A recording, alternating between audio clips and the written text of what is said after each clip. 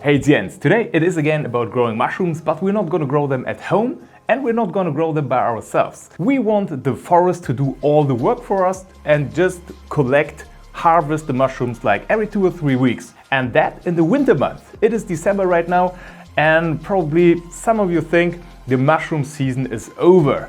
But the mushroom season just started. Today's video we're going to focus on the ear mushroom or the Judas ear mushroom. And this is the perfect mushroom to collect or to harvest in the winter month in the forest. On a taste scale, I give this kind of mushroom, it's probably just like a 6 out of 10 points, but it is quite delicious. You can use it for salads and soups. It works pretty good, and the best thing, it is extremely healthy, which might be very beneficial, especially for the winter month. Before we go into the forest and talk about on what trees you can find the Judas mushroom, just a quick update. In the last video, I have told you that I grow king oyster mushroom on liquid mycelium, which is of course not an ideal situation, but the first fruiting bodies start to show up, which is kind of exciting because it's just a very unusual way to grow mushrooms. So maybe it is time to remove the cap. What do you think? Let me know in the comments. So where can we find Judas ear mushrooms? And why is it called Judas ear? The answer for both questions is actually the same. It grows on an elder tree, elder plant, and the reason is because Judas was hanging on an elder tree after betraying Jesus. And of course, because this mushroom totally looks like an ear. There are a lot of other names for this mushroom, which is also wood ear and cloud ear mushroom. The texture of this mushroom is kind of jelly-like and it actually grows the whole year.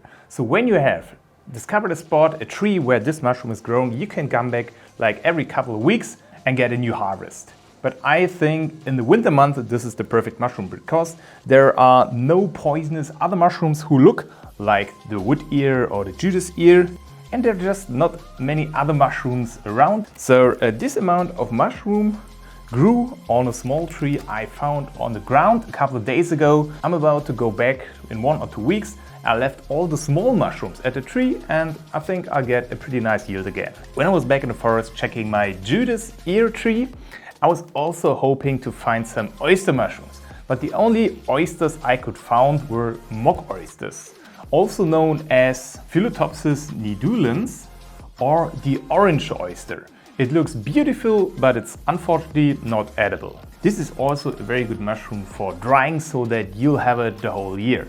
So I have dried a couple of them here and there's a lot of water in it, so the weight is after drying like 0. And those structure can also be found on the elder tree all year long. So in the spring or summer months, the mushrooms start to dry on the tree, but you can still collect them, put it in water, and then again you'll have this jelly texture, nice ear mushroom again. So on your next walk into the forest, keep an eye on elder trees, especially on old or dead elder trees. Even on the healthy elder trees, there will be some branches around which broke by the wind, and the chances are really pretty high that you'll find some of this nice edible mushroom. And in the last video, I have asked you what kind of mushroom I'm growing right now in my fruiting tent, which time lapse is coming in a couple of weeks. And now we're going to check how the mushrooms are looking today.